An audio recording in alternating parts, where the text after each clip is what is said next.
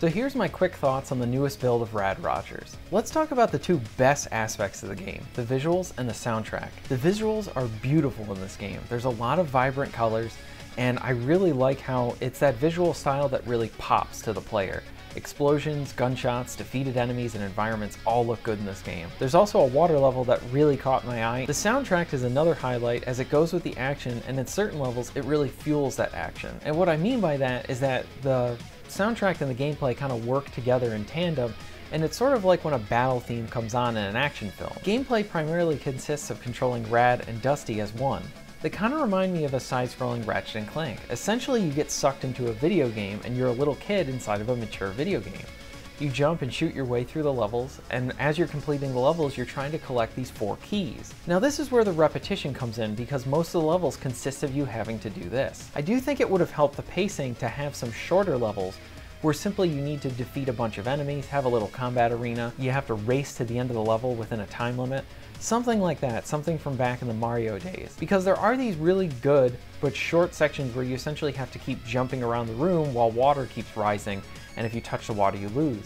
I do like them, they provide some variation, but the game still needed more. For the most part, the platforming is fun, but at times there are certain ledges that you can grab up and pull yourself up to, and then there's other ones that you can't.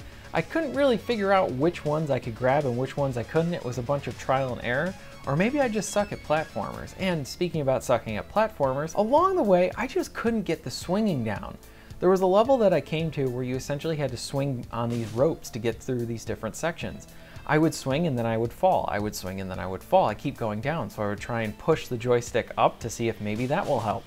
I jump up, no, it doesn't jump up. I couldn't figure it out. Sometimes I could get the swinging to work and sometimes I couldn't get the swinging to work. Maybe I'm just not good at platformers, but if there's a secret trick to being able to do all the rope jumping, please let me know in the comments below. I do feel like the game could have benefited from some type of light level progression. You do get to pick up some of these different type of limited gun upgrades that are pretty neat. You can kind of knock out this awesome laser cannon. These, essentially the gun shoots out these phoenix birds at enemies. That's pretty cool. I did enjoy the light tone of the game too. Sometimes the humor lands and sometimes it doesn't, but I will have to say most of the time it did make me smile. I do have some concerns about the release model for this game, along with its current price point. Currently, Rad is going for $20. And with $20, you essentially get World 1, which is about 10 or so levels. I just feel like that isn't enough game to justify $20 for just one world. And then I saw on Steam that they plan on releasing worlds individually, so essentially they want to try and do this episodic platformer. Sounds kind of neat in theory, I just don't know how it's going to work because I feel like if they're all going to be 20 bucks, I think that's going to be a hard sell, especially with the amount of content that you have on display there. Yeah, you may want to go back for the collectibles, but I don't think that's something that a lot of people are going to want to do. So we're going to have to see how the rest of these releases go. Maybe they'll start adding some unique mechanics into each of the worlds.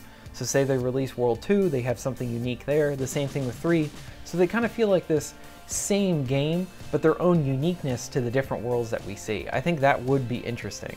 As of right now, I would say, if you're interested in this game, you do like these side scrollers, you want to go with something a little bit more retro, maybe wait for a Steam sale and see if you want to try it then.